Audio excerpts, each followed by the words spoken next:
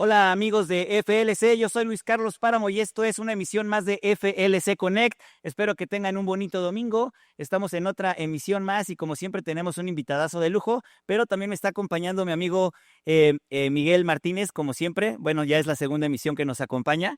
Bienvenido, Miguel. Carlos, tú digo, Carlos, Luis, ¿cómo estás? Qué gusto, familia FLC, ¿cómo están? Qué gusto otra vez estar por aquí con ustedes. Y como dice Luis, invitadazo de honor, tenemos los manteles largos para esta entrevista. Invitadazo de honor. Antes de recibir a nuestro invitado del día de hoy, quiero agradecer a nuestro patrocinador principal, Monster, por hacer posible esta emisión y a Cuatro Latiz Agencia, porque sin él no sería posible llevar hasta sus hogares este programa. Y pues ya, sin más preámbulo, la verdad es de que estamos súper contentos y muy orgullosos de que nos haya tomado esta entrevista una leyenda del micrófono, mi estimado Carlos Contreras Legaspi. ¿Por ahí me escuchas? Sí, ya los escucho bien. ¿Cómo están? Qué bueno, muy bien, como escuchaste, la verdad, muy felices de que nos hayas, teníamos un rato correteándote, teníamos un rato correteando esta entrevista, y te agradecemos muchísimo que te des el tiempo de darnos estos minutos, porque, bueno, como siempre, hemos estado haciendo un esfuerzo muy importante por llevar a personalidades de las artes marciales mixtas, y como siempre lo hemos dicho, no solo peleadores, entrenadores, Kuzmans, ya tuvimos por allá un colega tuyo, a Rodrigo del Campo. Oye, la verdad es que es pregunta obligada. Yo quisiera saber cuáles fueron tus inicios en todo este rollo de la comentada deportiva y si empezaste directamente con artes marciales o antes te enfocaste en algún otro deporte. Híjole, no lo quiero hacer muy larga la historia. Yo llevo ya 25 años en lo que es el periodismo deportivo y no comencé con MMA, comencé, pues creo que como todos, picando piedra en el diario Récord. ¿Qué? Yo era como, pues oye, entré como auxiliar, ¿no? En aquel entonces el diario Récord tenía 1 o 2 años apenas de haber comenzado, ¿no? Era muy novedoso porque era el que tenía el papel bonito, la impresión, etcétera. Le estaba llegando un público más joven. Y como empezó a darse la oportunidad, pues empecé a cubrir deportes que no le interesaban mucho a otros reporteros o a los editores, ¿no? Como mi primera nota fue de rugby. De ese- de la- Oye, y en aquel tiempo, ahorita Ruby apenas como que está agarrando vuelo aquí en México, ¿no? Pero me imagino que hace 20 años, todavía mucho menos. Y ahorita que dices del récord, yo me acuerdo porque mi papá lo compraba, pero era antes aficionado al periódico Esto, que tenía un papel horrible. Por eso me acuerdo ahorita con el comentario que haces del papel de récord que jala otro tipo de público. Sí, estaban buscando como un público más joven, hablarle más a los anunciantes, etcétera. Entonces, por ahí era un producto bastante novedoso en aquel entonces. Y se pudieron abrir las puertas, digo, yo era auxiliar, no era ni siquiera reportero ahí de la redacción, pero me empezaron a dar chance de hacer algunas entrevistas y fui con la selección mexicana de rugby. De pronto empezaron a aparecer eventos de deportes de acción, de skateboard, de motocross, etcétera, que no cubrían los medios convencionales y yo estaba por ahí y me empezaron a dar chance. Este, y siempre me gustó como darle apertura a deportes que no tenían visibilidad. O digo, pues, tenía en ese entonces 20 años, 21 años y quería, ¿no? Tenía ese espíritu como rebelde de decir, no, pues todo el mundo está en el fútbol, me gusta mucho el fútbol y me gustó mucho la NFL y el béisbol y etcétera. Pero decía, pues todo el mundo está en eso, ¿no? Entonces yo pensaba que había como área de oportunidad en ese tipo de deportes donde nadie estaba poniendo atención. Entonces, como te digo, estaban los deportes de acción, buscando ahí por dónde colarme, ¿no? Y por dónde colar espacio en las páginas, porque era mucho más difícil. Ahora, pues cualquiera puede en una página de internet publicar una nota, y etcétera, pero publicar una nota en una página de un diario era mucho más difícil, ¿no? Porque pues, el espacio Claro. siempre está limitado. Yo estuve un poquito más de un año en récord, un poquito menos de un año en récord, y en uno de los que eran los editores, sí, pues hubo editores de récord, se fue a Milenio, a una reestructura que hicieron en Diario La Afición, en aquel entonces, y pues terminé cayendo por allá también, en el 2006, en el año 2006. Entonces, pues estuve cubriendo de todo, ¿no? Ya estando en Milenio, desde los Juegos Olímpicos de Beijing, de Londres, de Río, Champions League, Copa Libertadores, ahora sí que de todo, ¿no? Es todo de la NBA acá en México. Y de pronto, siempre me gustó el MMA, desde que recuerdo, pues, pues es que mis primos, tengo unos primos mayores que les gustaban mucho las películas de Jean-Claude Van Damme, todo eso. Y recuerdo que cuando salió el UFC 1, lo contrataron, ¿no? Y era, vamos a verlo, estaba en MBS, ¿no? Bueno, en Multivisión se llamaba en aquel entonces. Pues, hacías como el pago por evento. Y yo recuerdo que lo vimos 3 o 4 veces completo todo el torneo. Y pues no sabíamos nada, yo tenía 11 años, ¿no? Entonces, pensábamos que lo que hacía Royce Gracie era judo, ¿no? Porque no entendíamos tampoco la transmisión. Pero bueno, al final creo que tuve como un impacto. eh, y después creo que la época de Tito Ortiz, de Randy Couture, de Shamrock, empecé como a ver un poco más como los DVDs, porque acuérdense que aquí nadie tenía los derechos en México, entonces había que conseguir los DVDs. Tenías que irte al tianguis a comprar los DVDs, ¿no? Los VHS también, digo, en aquel entonces eran VHS, ni siquiera llegábamos a los DVDs, ¿no? O los VHS piratas, los DVDs piratas, Sí, sí. o que tenías algún compa que fue a Estados Unidos y se los traía. Luego en Mix-Up los vendían carísimos, me acuerdo. Sí, sí había en México comprar de forma legal, pero pues estaban muy caros, ¿no? Porque eran de importación. Exacto. Los de Pride también, ¿no? Y creo que los de Pride incluso los traían de Japón con Zona 2. Era muy difícil como que seguir el día a día.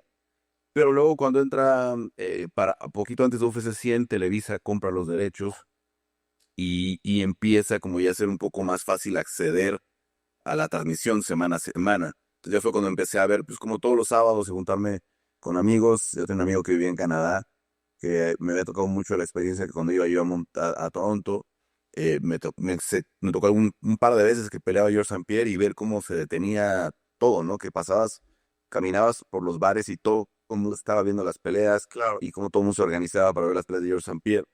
Entonces, como que en esa época regresé mucho ya como a ver el impacto y mi primer evento, creo que el momento en el que me doy cuenta que ya había que poner la atención acá en México, porque antes ni siquiera hasta acreditarse, era un poco la prosa un poco complicada.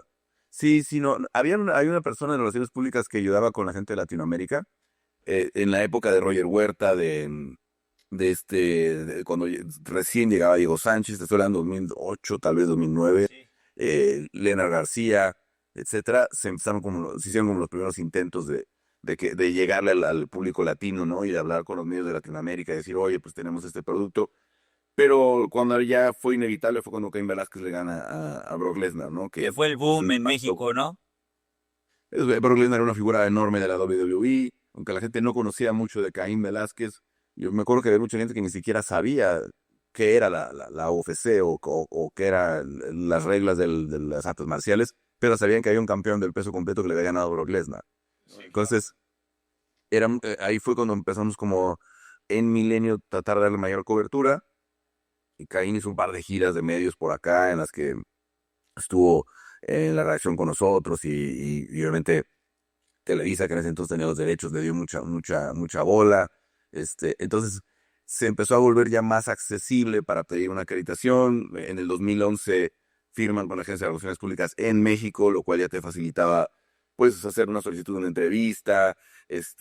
Lo de las credenciales ya era mucho más directo. Y entonces el primer evento que termino cubriendo en vivo fue UFC 146, cuando Caín peleó contra eh, Bigfoot Silva. El estelar no fue él porque había perdido el cinturón con Junior en noviembre de 2011. Le estoy hablando de mayo de 2012, mayo de 2012. Eh, y que había perdido Caín en noviembre con Junior. Junior era el estelar contra Frank Mir y el coestelar era Caín con Bigfoot Silva, ¿no? El brasileño. Y ya a partir de ahí se hizo la revancha con Junior, bueno, la trilogía con Junior, las 2 veces que peleó con Bigfoot Silva, porque Bigfoot le ganó a Alistair Overeem, que era el que estaban encaminando para que peleara por el título. Sí. Y en fin, ahí como que descubrí que sí se podía, que no era tan difícil. Sobre todo lo que me gustó mucho fue el acceso a los atletas, que era, en ese entonces también empieza a emerger Goyito Pérez, que Goyito fue muy, muy accesible con nosotros siempre desde la entrada.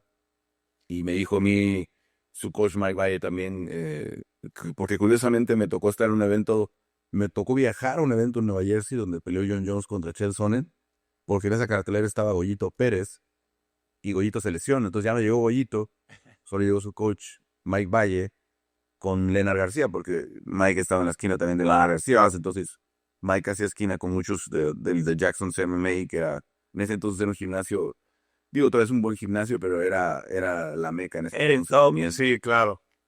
Tenían a John Jones, tenían a Alistair Overeem, a Travis Holmes también creo, ¿ah?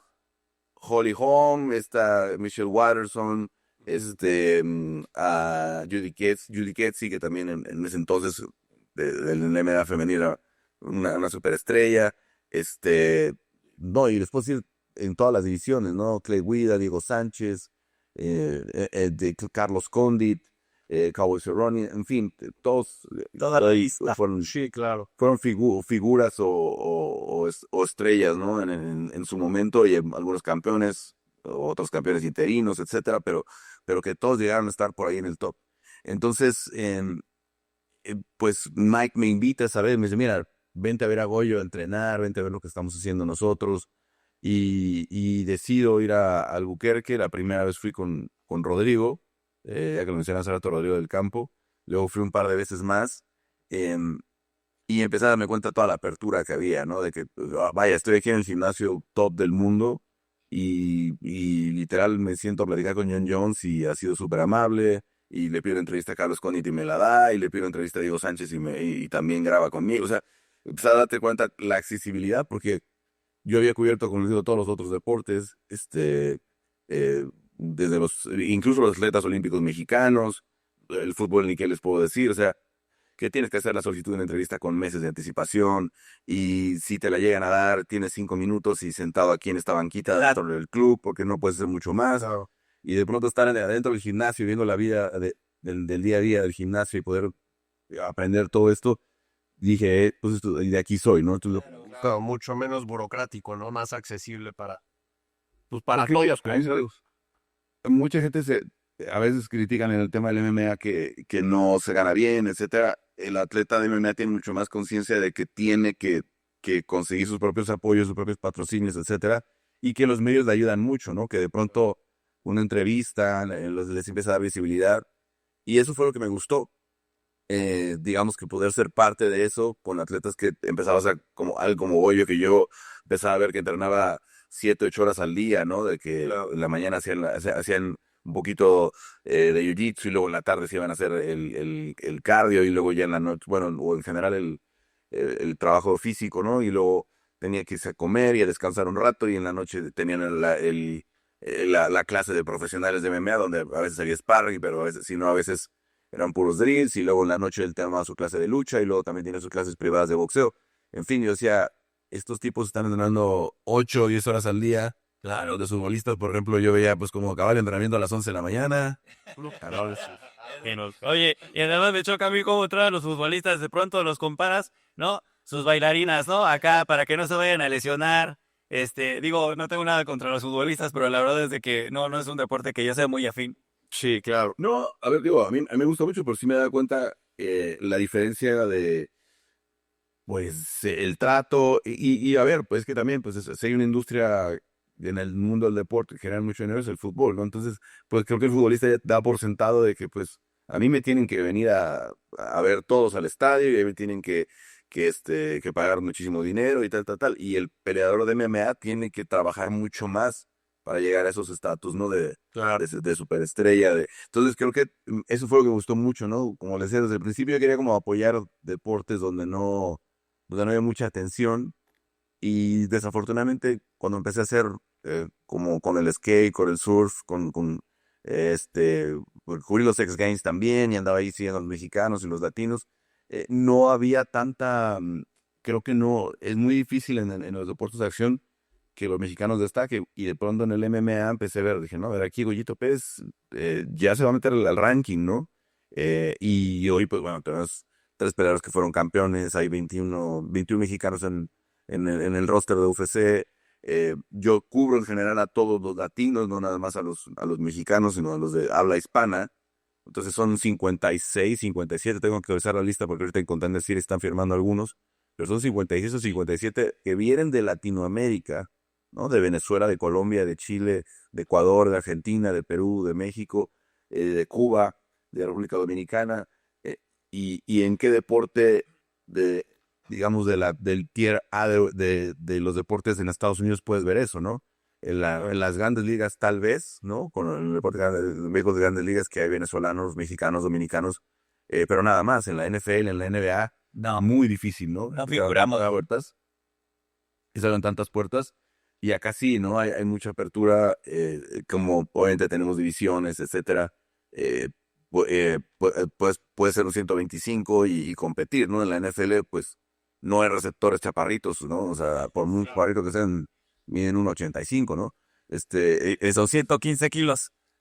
Entonces, empezó a gustarme por eso y pues ya, de ahí le empezamos a dar como la,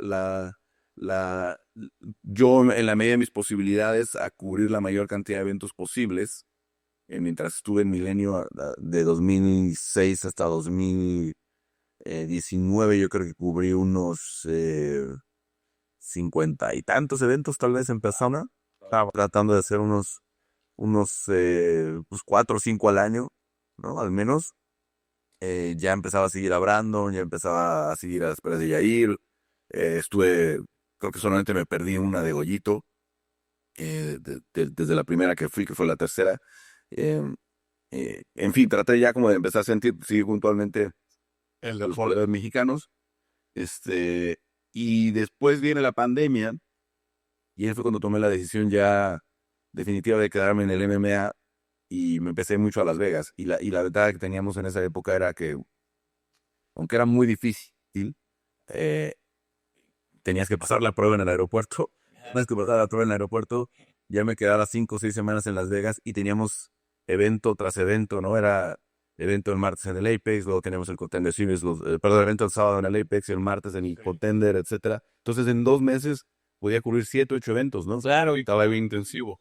Y no, sin tenerme que mover, sin tener que gastar mucho, porque en esa época el UFC estaba, bueno, no estaban obligados, pero la política que pusieron ellos era obligatoria de que pues 4 días a la semana nos tenían que hacer el test y ellos te tenían que poner el hotel para garantizar que no te fueras a otro lado, ¿no? Que no salieras a la calle, que no salieras a los casinos, que no salieras a un restaurante.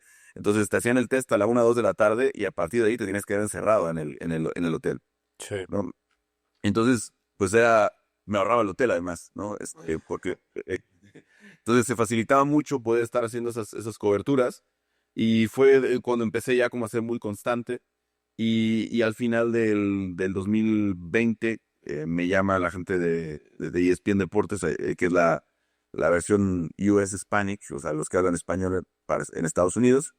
Me dicen, oye, pues nosotros tenemos los derechos de ESPN, de UFC para ESPN Deportes, hemos visto tu contenido, queremos que nos hagas unos textos de prueba para ver cómo funciona. Y les gustó, y unos meses después ya me contrataron, y ya llevo ahorita, pues, que casi 5 años en ESPN Deportes, en la que ha sido muy constante, ¿no? Ya, pues, cubriendo casi 20 eventos al año. Claro.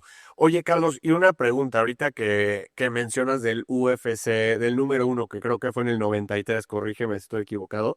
Sí, noviembre del 93. Noviembre del 93, correcto, que estamos ahí viendo, pues era un concurso para ver qué arte marcial era el mejor, ¿no? El boxeador contra el de judo, el de jiu-jitsu, que me comentas que pensaban que era judo, contra el de tal, ¿no? Y salían hasta con un guante a pelear. Pero Pelearlo. sí, se ponían guantes, zapatos y a darse. Vemos ahorita esa transición o esa evolución que ha tenido el deporte. Le comentaba a Luis hace unos días, me fui al Nacional a Monterrey y había chavitos de 5 o 6 años haciendo triángulos invertidos y transicionando al piso y demás. Se ve una transición bien, bien importante, como mencionas ahorita los mexicanos, igual de un Goyito Pérez, que un saludo muy grande. Ahorita ya tenemos hasta Noche UFC, ¿no? En la Esfera, que es de los eventos más grandes que ha habido. Tú parado, ya que estás muy metido en el medio, ¿para dónde ves que va el deporte en México? Que vemos mucho talento nuevo, vemos muchos mexicanos en el Contender Series. ¿Tú para dónde ves dirigido el deporte aquí en México?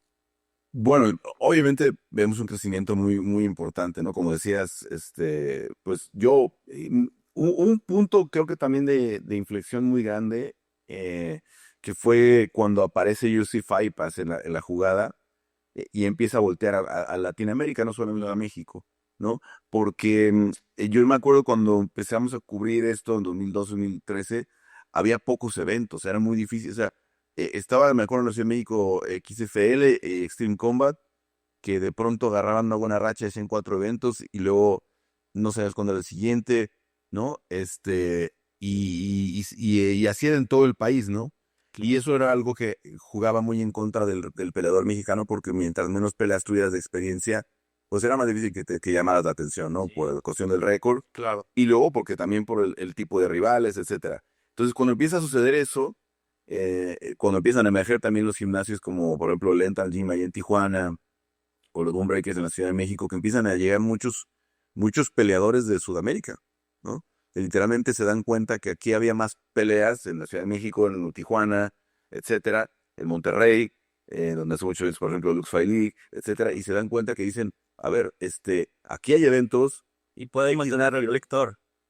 podemos acercarnos ya un poquito más, y se empiezan a unir muchos argentinos, venezolanos, peruanos, colombianos, y eso empieza a crecer mucho el nivel en México, ¿no? De la propia competencia, de lo que empiezas a ver en los eventos, ¿no? Ya no nada más eran las mismas figuras, los mismos que estaban peleando entre ellos, porque obviamente no había muchas opciones, empieza a crecer mucho, y eso empieza después, obviamente cuando estás hablando de que había a lo mejor unos 7, 8 eventos de buena calidad en todo el país al año, a de pronto se vuelven casi 30 o 40, ¿no? Porque los contratos de Fight Pass le piden 10 eventos a cada promotora. Entonces, empiezas a ver eventos ya bastante mejor armados y ya con mejor calidad de peleas y gimnasios que empiezan a traer más y más. Entonces, creo que eso empezó a llegarle ya mucho a los niños, empezó a llegarle mucho a los papás que estaban a los eventos y decían, pues, a ver, ¿por qué mis hijos no pueden entrenar esto, no? Y ya yo veo mucho más, me tocó, bueno, cuando yo estaba en Milenio, me llegaban correos así de, ¿por qué promueves esto de salvaje, de cobardes que pelean, se pegan en el piso cuando el rival, no?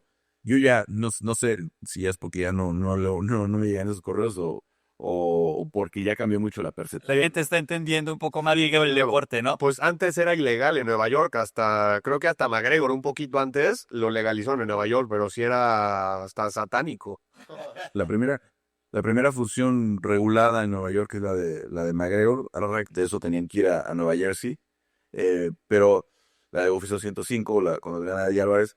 Pero a final de cuentas, creo que ahora ya es aceptado como lo era el taekwondo hace 40 años, ¿no? Como lo era el karate, ¿no? Decir, a ver, yo estoy trayendo a mi hijo a una disciplina que no sé si se va a dedicar a esto, pero que desde niño le está enseñando a entrenar todos los días, a tener respeto por el rival. A forjar una voluntad y un carácter, ¿no, Carlos? O sea, yo creo que ahorita me gusta hacer la comparativa siempre de que yo creo que ahorita las artes marciales mixtas están ocupando un lugar que el box está dejando vigente, un espacio que el box siento yo que está, pues está retirando del gusto de los aficionados y de los practicantes. Y hoy los padres de familia, pues antes a lo mejor podían decir, bueno, yo quiero que mi hijo practique como ejercicio, pero hoy voltean a ver a las artes marciales mixtas como un deporte, como una opción más para que los chicos practiquen y no solo se formen físicamente, sino No, te da valores, claro. O sea, sí te forma como persona y lo vemos en el gimnasio, con los niños ahí que tenemos.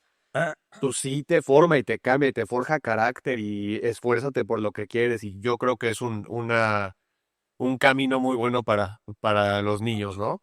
A ver, tal vez el 1% de los niños que practiquen o menos va a dedicarse al MMA, ¿no? Al final de cuentas. Claro. Pero el MMA, si empiezas con Jiu-Jitsu, hay disciplinas un poco populares en otros países como el pancrase, ¿no? Que tiene ahí medio algunos elementos del MMA, pero que todavía no hacen tanto daño, no hay tantos golpes, no, pues, al rostro, etcétera. Son adecuaciones que también no teníamos a lo mejor hace 30 años, ¿no? Y que no se habían pensado nuevas regulaciones para los menores de edad, etcétera. Y creo que eso va viniendo ayudando mucho, ¿no? Para que entren en esa conciencia los papás de que es una disciplina marcial, es una disciplina en que los es claro, si haces ese carácter, pero que además sí es un camino para llegar a ser profesional y sí es un camino para llegar a vivir de esto, ¿no? Claro. Obviamente, hoy todavía son escasos los ejemplos, pero cada vez estamos viendo más de estos peleadores mexicanos que llegaron, que hicieron pues dinero, que pudieron comprarse una casa, que pudieron, ¿no? Que a lo mejor hace eh, 20 años ni siquiera era pensable, ¿no? Porque ya ni siquiera hablar de un peleador mexicano en UFC, sino de que hicieran una vida de eso, ¿no? Creo que esa es un poquito la diferencia y me acuerdo mucho yo estaba por ahí en una zona mixta de estas donde salen como esta especie de conferencia de prensa posterior y en los Juegos Olímpicos de Londres 2012 fue la primera vez que Estados Unidos no ganó una medalla de oro en boxeo. Y obviamente había críticas ahí con el entrenador de la selección y estaba justificándose él diciendo, es que los niños están yendo a la lucha Fíjate. porque la lucha la tienen gratis en la escuela, Claro. desde la primaria, la secundaria, y esos niños ahora se están yendo al MMA cuando son adolescentes, cuando en lugar de hacer una carrera amateur de boxeo, la están haciendo en lucha, porque la lucha además les está dando la oportunidad de hacer una carrera colegial, ¿no? De prepararse una carrera universitaria y eventualmente convertirse en profesionales en MMA, ¿no? Entonces, el adolescente, te estoy hablando del 2012, ¿no? El adolescente en Estados Unidos estaba cambiando ya el MMA por el boxeo por el MMA, ¿no? Por la base, que a su estructura, obviamente la estructura deportiva en Estados Unidos es muy diferente a la nuestra, Sí. pero con una base como es la lucha, dicen, es que están cambiando el boxeo por la lucha porque es mucho más accesible para ellos en las escuelas públicas, sobre todo, ¿no? Claro. Entonces, eso creo que es el siguiente paso, ¿no? Hoy todavía para un niño de escasos recursos es difícil acceder a una escuela de jiu-jitsu, ¿no? Claro. Es difícil acceder a una escuela de lucha. Y en el boxeo todavía tienen esas escuelas de barrio, ¿no? Donde hay un costal abajo de un puente en la calle y hay un coach que los está enseñando y que no, y que a lo mejor con unos guantes viejos y todavía en México hay mucho y va a haber mucho público siempre para eso, ¿no?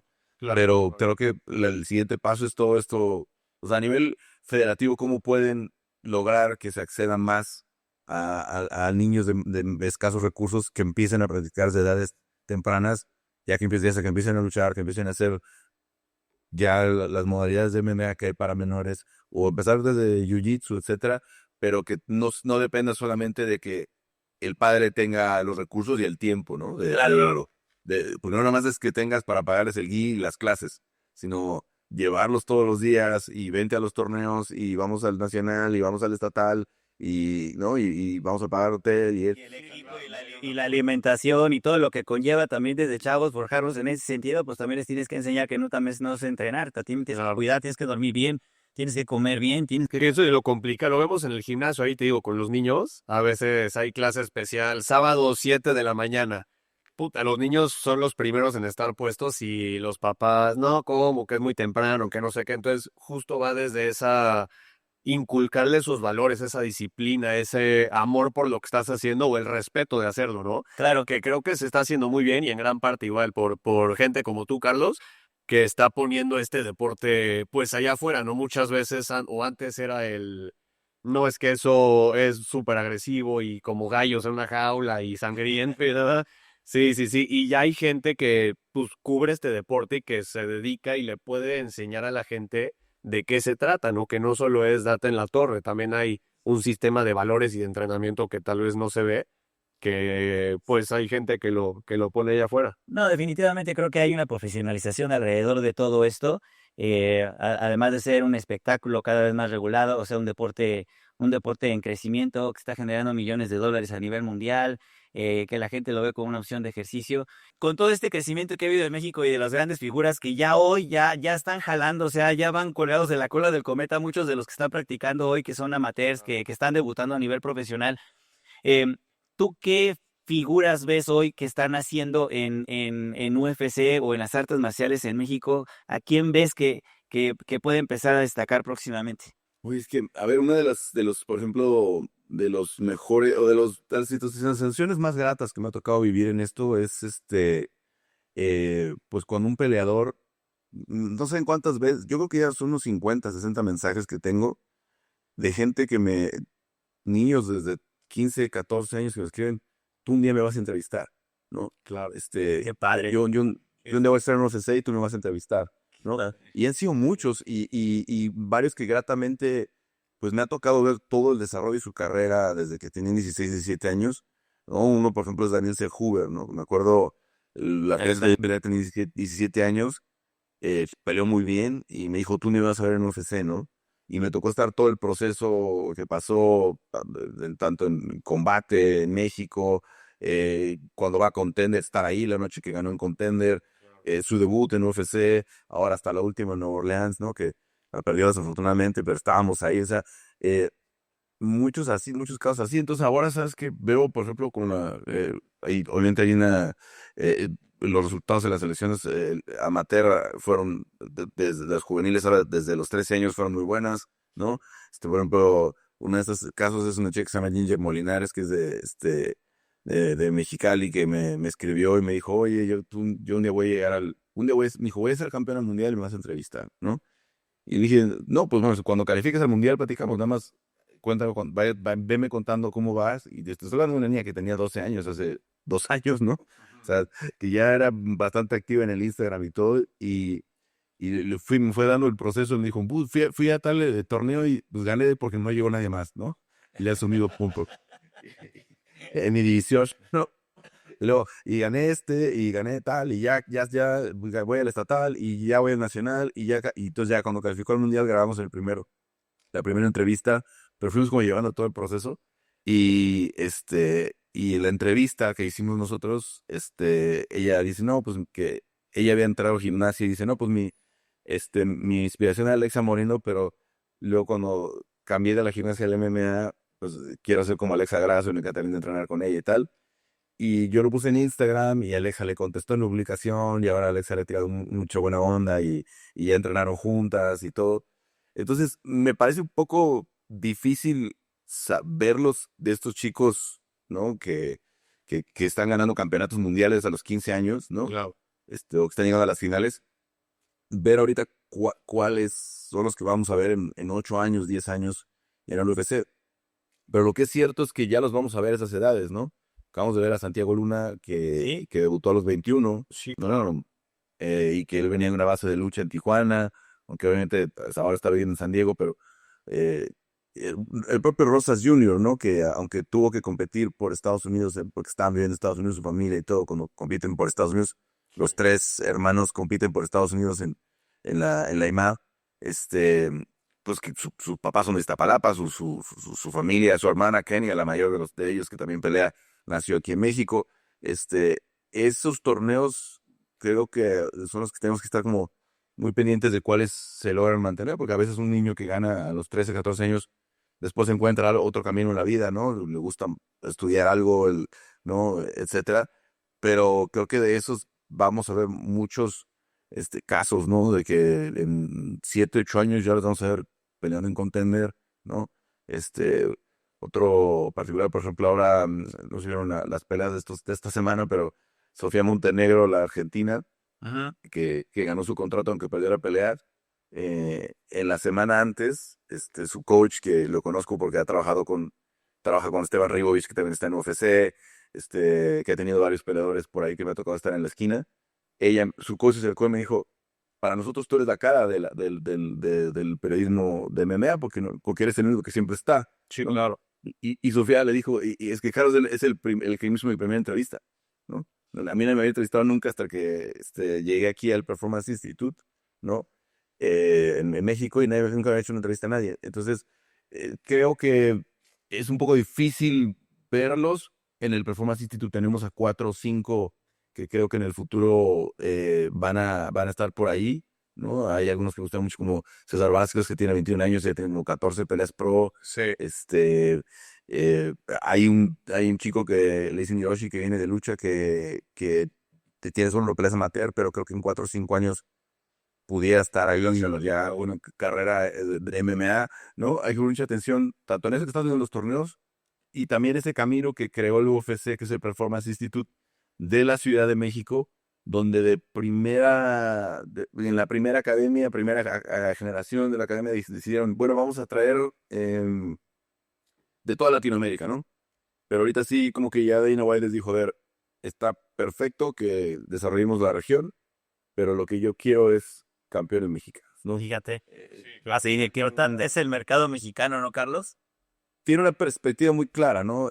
No, Dana es un hombre de negocios, ¿no? Tampoco es, un tema De altruista. sentimental, altruista, pero mira, lo acaba de visualizar muy de cerca Dana White, ¿no? Promoviendo la pelea de Canelo contra Terence Crawford, Sí. ¿no?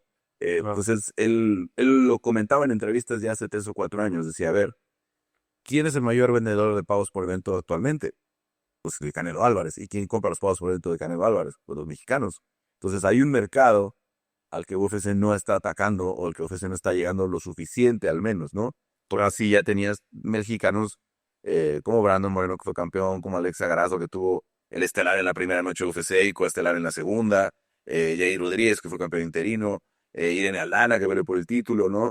Otros que han tenido también impacto, México-estadounidenses como Brian Ortega, como Gente Cejudo, etcétera, ¿no? Claro. Pero él sabe lo que vale el mercado mexicano y también se han dado cuenta de que el mercado México-estadounidense se identifica más con los mexicanos que vienen de México, Sí. ¿no? Que algo como Brandon Moreno les habla más que un México estadounidense tal vez que no habla bien español, que no, que claro, tienen un poquito esas barreras, ¿no? Y cuando hablas de un chico que viene de Tijuana y que fue campeón, es exactamente lo que ellos quieren, ¿no? Quieren otra Alexa Grasso, quieren otro Brandon Moreno, quieren otro Jair Rodríguez, que le hablen a ese público México estadounidense y que también te pueden llenar la arena en México, ¿no? Que también puedes venir 1 o 2 veces al año en México y decir, aquí tengo estas figuras, estas estrellas. Y te van a llenar un recinto. Sí. Fíjate que a mí me parece muy importante esa apertura que tú dices que encontraste desde el principio en el deporte, pero hablando específicamente de las estrellas que hoy tenemos, hoy tú le empezaste a dar espacio a esa gente que hoy son estrellas cuando nadie se los daba. Y hoy que son estrellas, por ejemplo, yo veo que el mismo Topuria, Carlos, o sea, ¿cuántas veces no te he tomado una entrevista así o sea, y yo creo que eres de los primeros o de los únicos que les concede una cantidad de tiempo muy considerable, porque yo siento que tú fuiste también de los que se fijó en él desde el principio, ¿no? Mira, yo en el caso de Ilia, él sí tenía ya un poco de repercusión en España, ya había cierta expectativa con los medios españoles, pero que también estaban muy acotados y era gente que solamente estaba haciendo cosas en YouTube, ¿no? Que solamente estaba haciendo, pues, su social media, digamos, ¿no? Claro.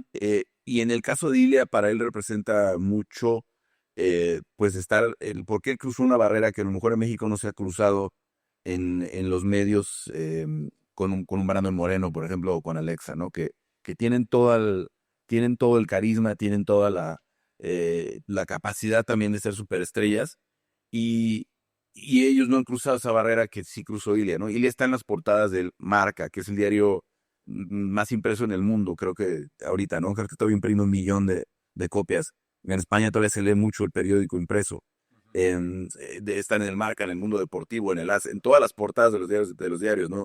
Me contaba por ahí un chico que cubre Marca, cubre MMA para Marca. A ver, nada más se los pongo así, por ejemplo. En estos 4 años, eh, todos los diarios de circulación nacional en España han contratado un reportero dedicado a MMA, ¿no? El AS tiene una chica que se llama Cristina Parra, en el Marca contrató a Irati Prat, el Mundo Deportivo tiene 2 chicos haciéndolo, mi amigo Álvaro Colmenero abrió una sección completa en el ABC, que es el diario más conservador de España, que es un diario donde nunca hubieran pensado que iban ni siquiera comentaban el boxeo, vaya. Bueno, pensar que tienen una sección de MMA en el diario ABC, pues es de verdad un fenómeno que no vimos en México, desafortunadamente, ¿no? Porque si bien con los fans, afortunadamente en social media, llámese Instagram, YouTube, Twitter, acerca mucho ya más al peleador sin que tenga la necesidad de un canal, de un medio de comunicación, ¿no? Y Brandon es muy grande en social media y Claro. Alex es muy grande en social media ¿no? Y Lazy Boy en Segui, que ganó 2 millones de seguidores, porque social media ya no necesita de los medios, ¿no? Pero para él sí representa mucho y tiene todo un equipo detrás de él, ¿no? Topuria, que ha venido llevando eso. Y pues yo la primera vez que entrevisté a Topuria, yo estaba todavía trabajando en Milenio, ¿no? Y era la primera vez que lo entrevistaban para un diario impreso también, ¿no? Internacional. No sé si a nivel local, tal vez ya en Alicante le habían hecho alguna nota, porque ya llamaba mucho la atención, ¿no? Pero lo que sí le tiene muy claro, lo que él tiene muy clavado, sobre todo es la pelea de Jacksonville, que es su primera, este, su primera estelar contra Josh Emmett, ¿no? Y le queda muy clavado que no hay nadie más, ¿no? Que no hay, estaban algunos medios que están basados en Florida, Ajá. de que hablar español. Dice, nadie hizo el viaje a ver, y es un evento ya estelar, es un Fight Night, ya soy estelar, estoy a punto de pelear por el título, y los medios españoles no pudieron asistir, por una cosa o por otra, ¿no? Ya cuando platicas con todos, pues también es un gasto importante, ¿no? Etcétera. Y se quedó muy claro que todas esas semanas tuvimos una cobertura muy intensa, ¿no? Hicimos entrevistas en español, en inglés, porque las usamos también para el contenido para ESPN. Entonces, desde que debutó solamente me perdí yo la pelea de Londres, una que fue en corto aviso, porque sí, pues, la verdad era muy difícil que nos separaran el presupuesto con solamente los 10 días de anticipación. Que me repito tal vez de no haber ido, porque también estuvo en esa Casula Vargas contra Paddy Pimblett, Ajá. en esa cartelera. Este, pero a final de cuentas, la única a la que no fui. Y sí, hoy el trato cansado de Ilia es espectacular, ¿no? Hicimos una entrevista en su casa en junio. Estuvimos llegando casi 3 horas en su casa, nos invitó ahí a su sala, a estar ahí platicamos muchísimo fuera del aire, Claro. fuera de la grabación. Es un tipo que tiene mucho agradecimiento por lo que ha pasado en los, en los últimos 5 años de este ascenso y que hemos estado ahí, ¿no? Ahí sí creo que había un poquito más de atención ya de los medios españoles, pero durante el desarrollo de su carrera en UFC sí soy el único que lo acompañaba. Y se nota. Sí, claro. Oye, Carlos, y una pregunta que hemos visto esta semana, creo que ya lo vimos todos, en el video que subió Diego López, en el detrás de cámaras, que lo estabas entrevistando y tú una emergencia. Diego López, digo, no concretamente la emergencia, pero me llama mucho la atención esa confianza que le transmites a los peleadores o esa relación que, bueno, que se ve detrás de cámaras como espectador. Tu relación con los peleadores, ¿cómo es? Híjole, veo muy complicado lo que hace. Yo tengo un corazón de pollo, me costaría mucho trabajo generar esa relación y luego verlos ahí darse en la torre, ¿no? Pero tú, ¿cómo ves esa relación o ese acercamiento con los peleadores que vemos que tienen mucha confianza? También, todavía es difícil, ni más un deporte como el MMA, hay una frase que dice por ahí de Dana que dice, this is a brutal sport, ¿no? Este es un espectáculo brutal, ¿no? Porque no nomás se están pegando arriba, es todo lo que implica, ¿no? Y me ha tocado ver escenas, cuando sabes, estos 5 años que estuve en el backstage, porque ya a partir del mes de enero los cambian de socio y no sabemos realmente cuánto acceso vamos a tener, seguiremos haciendo las coberturas, pero no sé si me tocarán tanto estas escenas como la de Diego. Eh, pero eh, te toca ver desde el peleador que sabes que ya lo van a cortar, que es su última pelea. No, sí, claro, que viene de perder 4 y además lo noquearon y vienen con su familia y vienen con el coach y con su manager y me ha tocado ver cómo incluso salen a veces caminando solos cuando pierden y cuando ganan salen con 8 o 10 personas alrededor, ¿no? Todo el mundo está ahí en el trench. Entonces, eh, te vas creando esa cosa que le llaman empatía, ¿no? Que una de las primeras lecciones que me dieron a mí en la escuela de comunicación, yo entiendo a veces, mucha gente se enoja un poquito cuando les digo, es que yo soy periodista, yo no soy el creador de contenido, ¿no? Y si tienen, obviamente uno puede hacer muy bien las cosas, ha habido muchos periodistas que no estudiaron comunicación, ¿no? Y ha habido mucha gente o que no estudió periodismo, ¿no? Muchos que son abogados, que se paran muy bien frente al micrófono y son muy buenos, este, ¿no? El, de- para comunicar. Claro. Pero una de las primeras lecciones que yo recuerdo en mis clases de periodismo era, hay que tener empatía con el entrevistado, ¿no? Tienes que ponerte en su lugar, tienes que estar un poco, entonces tienes que entender, ¿no? Que el momento por el que puede estar pasando, a mí nunca me han nunca está en una pelea como la que tuvo Diego López con Jan Silva, ¿no? Claro. Pero tengo que tratar un poco de entender. Entonces, el caso de Diego, a mí yo estoy a punto de cancelar la entrevista antes, porque Diego sale y lo llevan. Diego salió muy, muy contento, obviamente. Muy motivado además. Eufórico salió. Es que además lo recibió Hunter Campbell, que es pues como mucha gente piensa que es la mano derecha de Dana, pero la función de Hunter es mucho más como regular a Dana, ¿no? Hunter es el que puso la empresa Endeavor como para que esté al lado de Dana. Y para que Dana no nada más se vuelva loco y diga, vamos a pagarle tanto a este. Y Hunter diga, sí. El contrato dice esto, dice que hacer esto y tal, ¿no? Claro. Entonces Hunter, por eso es ahora el que mencionan todos en las negociaciones, ¿no? Cuando dices, no, que vamos a ver la pelea. Vamos a ver qué dice Hunter. Claro. Hunter recibe a Diego, yo estaba atrás de Hunter, y le dice, te vamos a dar los dos bonos, te vamos a dar el de performance y el de ¿cómo se llama? El de pelea de noche. Entonces ya de ahí sale Diego muy eufórico, ¿no? Y algo que hacen siempre los peleadores, siempre, porque obviamente están muy deshidratados, están muy cansados, o sea, lo he escuchado 400 veces y es algo por lo que yo hago un poquito, trato de tener en la mesa donde estoy yo trabajando aguas, Coca-Cola, Claro. una toalla, ¿no? Porque todos los peleadores piden una coca. De pronto están así, están hablando, están dando 3, 4 entrevistas en una coca, sientes la necesidad del azúcar, ¿no? Pues es que es el bajón de la adrenalina, ¿no? O sea, vienes de un proceso de toda bueno, de entrenamiento, ¿no? De meses. La última semana, durísima. Obviamente, después de la pelea, ya Sí, algo, ¿no? Lo adrenalina, que sea. el estrés, o sea, ya bajas y estás como sacando el foie. Sí, claro. Pero fíjate qué interesante esa parte donde tú tienes el tacto, ya sabes tu experiencia, pues que si no se te puede doblar ahí del entrevistado, ¿no? Sí. No, normalmente trato, muy pocas veces nos tocó hacerlo en vivo. Ahora la última me tocó en vivo para SportsCenter.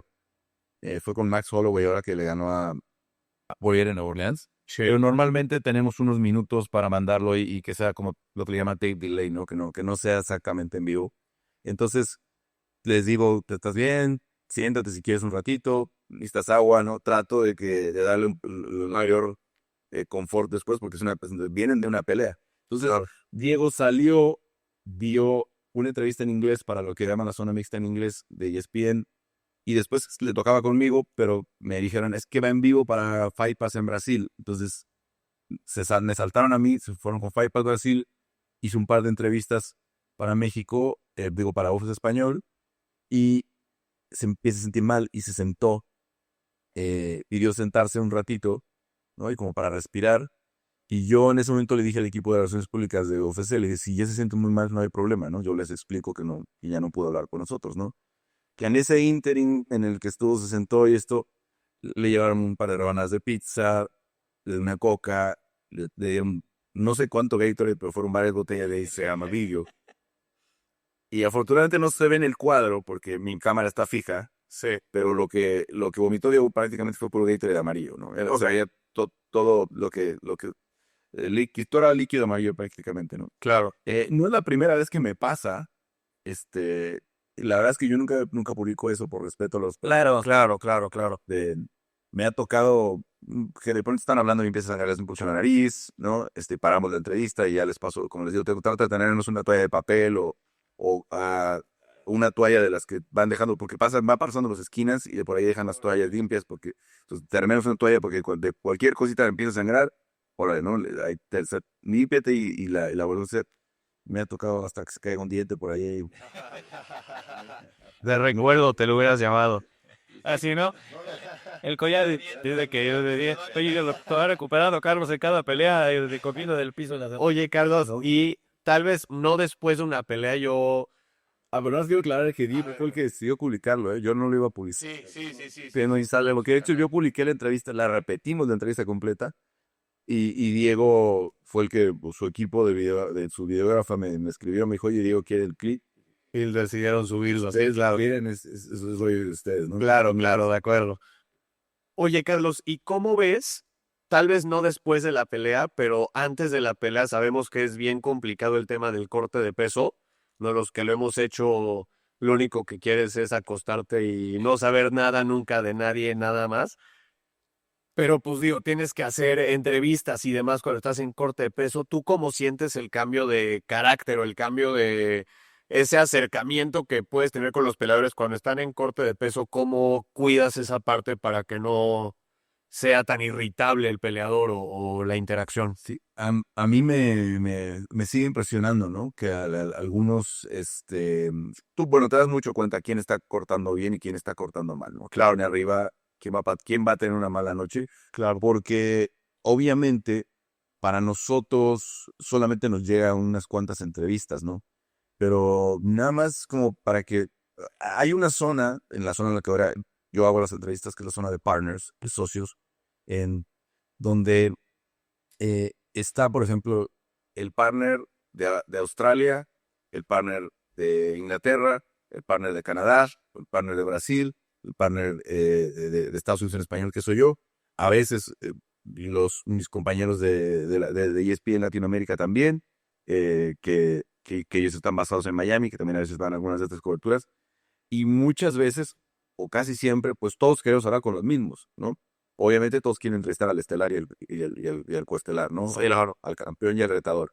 Entonces, pues esos, un tipo, yo creo como Alex Pereira, que además tiene que hacer el podcast de Daniel Cormier y con Nina Drama, y a veces está Michael Bisping también haciendo entrevistas para su propio canal. Entonces, te das cuenta que hacen 18, 20 entrevistas tal vez entre martes y miércoles, ¿no?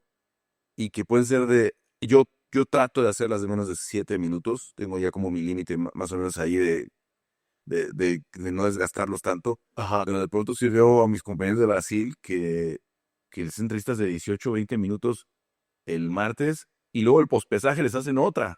Ay, 15. Bueno, Carlos, pues es que, oye, justamente tú les llevas ventaja porque tienes el acercamiento de lo que estamos hablando, ¿no? Todas ellas tienen que aprovechar esas oportunidades que les dan y sacar el máximo jugo, ¿no?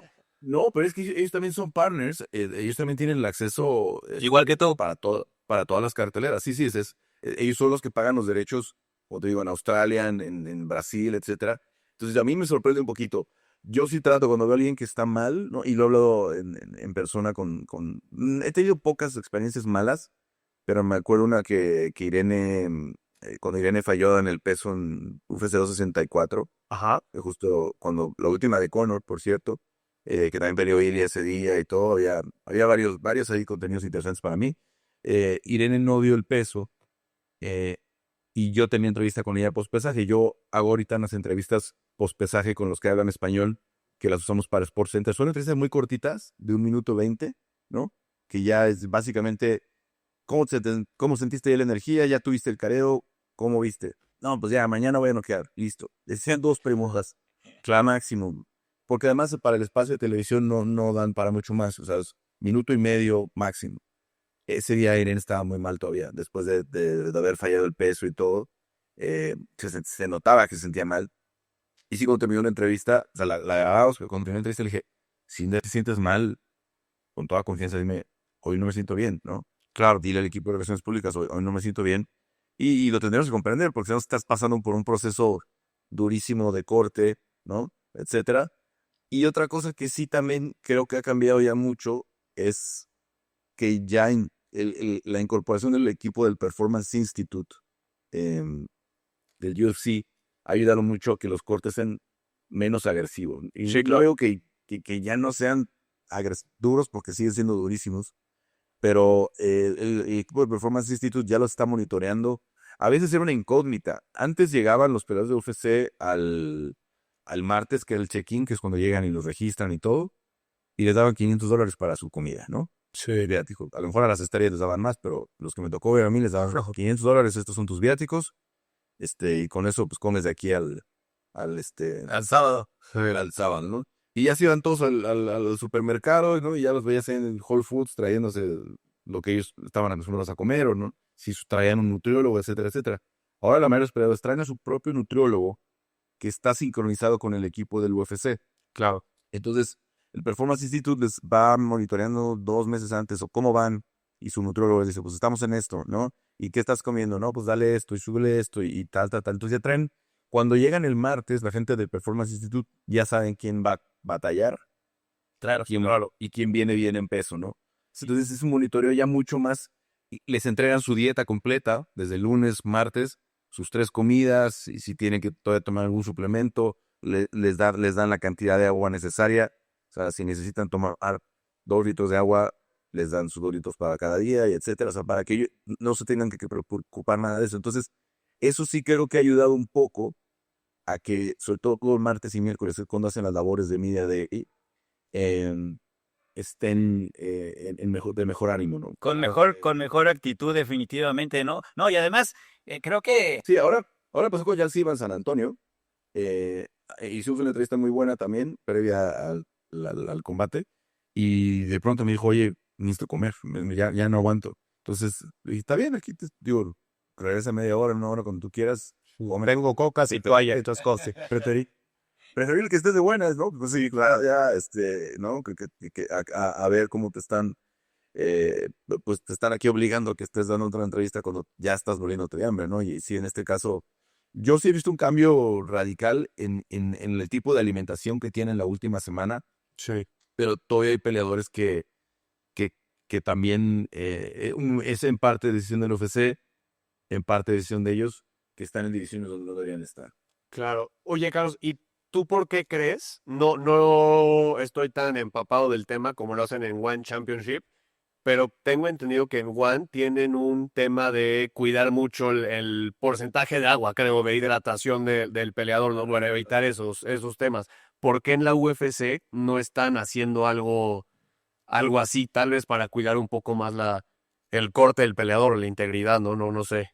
En Estados Unidos es un poco parte de la regulación de las comisiones.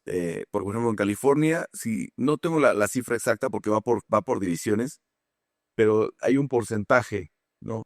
De lo que puedes rebotar. Entonces, en California, por ejemplo, si rebotaste 25 kilos, ¿no? Libras, perdón, que es algo común, ¿no? Sobre todo en divisiones arriba de las 170, de que te digan, no, pues un 170 que diga que peleó en 190 es común, 195, ¿no? La comisión te dice, es que tú no eres 170, tú eres pelear en 185, claro, ¿no? Pero eso lo está haciendo un poco las comisiones locales, como de la que tengo un ejemplo muy claro es la de California, que sí, a varios peleadores les dice, ya tú en la siguiente pelea ya no puedes pelear en 170, ahora tienes que subir a 185. Ok.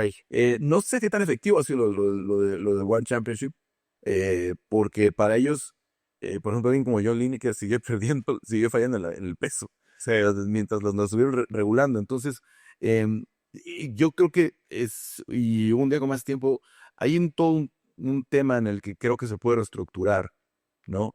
En el que yo creo que más bien el pesaje oficial, en lugar de que debería ser 24 horas antes, debería ser una semana antes. Sí, para el martes. Todos en el check-in el martes. ¿Sí?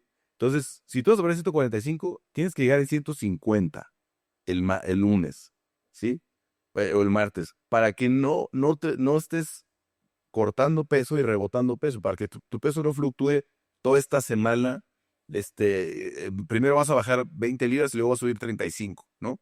O sea, y no estoy hablando de casos locos, ¿eh? no, Pero es muy común. Es común que corten 10 kilos. Sí, claro. Y rebote 12 o 13.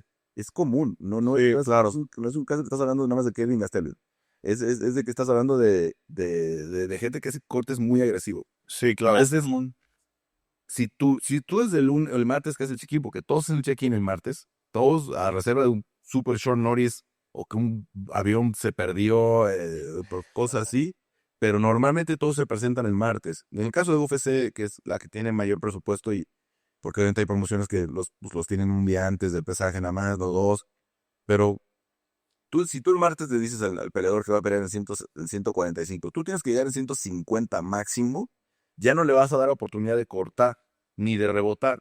Entonces, vas a tener peleadores que naturalmente están más cerca de ese peso, ¿no? Que a lo mejor 2 libras, 2,5 kilos si los bajas con una carrera, con un rato en el sauna, etcétera, etcétera, das el peso otra vez el viernes, pero ya no hiciste un corte de peso tan agravio, claro. Sobre todo los jueves en la noche, ¿no? Hay algunos, pero si tú ves a alguien que está cortando desde el miércoles, ya sabes que ese tiene problemas, que le va a costar mucho trabajo. De acuerdo. Lo que hacen naturalmente es ya desde la tarde del jueves, noche, y algunos incluso ya están haciendo el corte temprano en la mañana. Están cortando, se paran a las 5 o 6 de la mañana a cortar esas últimas libras, para llegar para tener muchas menos horas de estar completamente deshidratados, ¿no? Claro. Porque, por ejemplo, pues imagínense lo difícil que es dormir después de cortar, ¿no? No, es bárbaro eso. Oye, mi estimado Carlos, Hacían dormir bien y cortar en la mañana. fíjate que lamentablemente se nos terminó el tiempo, pero te queremos agradecer nuevamente pues que hayas estado aquí con nosotros. Obviamente la invitación está abierta para que nos acompañes en una próxima entrevista. Evidentemente también para que nos acompañes a la 001 de Fight League Champions el 31 de octubre. Ojalá realmente que nos puedas acompañar. Estaría chidísimo que pudieras conocer nuestro proyecto como promotora, porque lo estamos haciendo con todo el corazón y parte de este esfuerzo de comunicación pues va de la mano con la liga. Y pues bueno, la verdad es que hay muchas cosas que aprenderte, muchas anécdotas que nos puedes contar y nos encantaría que estuvieras aquí para una siguiente emisión o las que tú quieras acompañarnos. Aquí eres bienvenido a tu canal. Sí, sin falta. Si estamos acá en México, haré todo el esfuerzo para estar allá con ustedes en la cartelera. Y pues nos vemos muy pronto, igual por acá. Ya estás, seguro. Te mandamos un abrazo, Carlos. Muchísimas gracias por estar con nosotros. Amigos de FLC, Ya nos vemos. Miguel Martínez, Luis Carlos Páramo. Esto es FLC Connect. Recuerdan donde cada golpe cuenta una historia.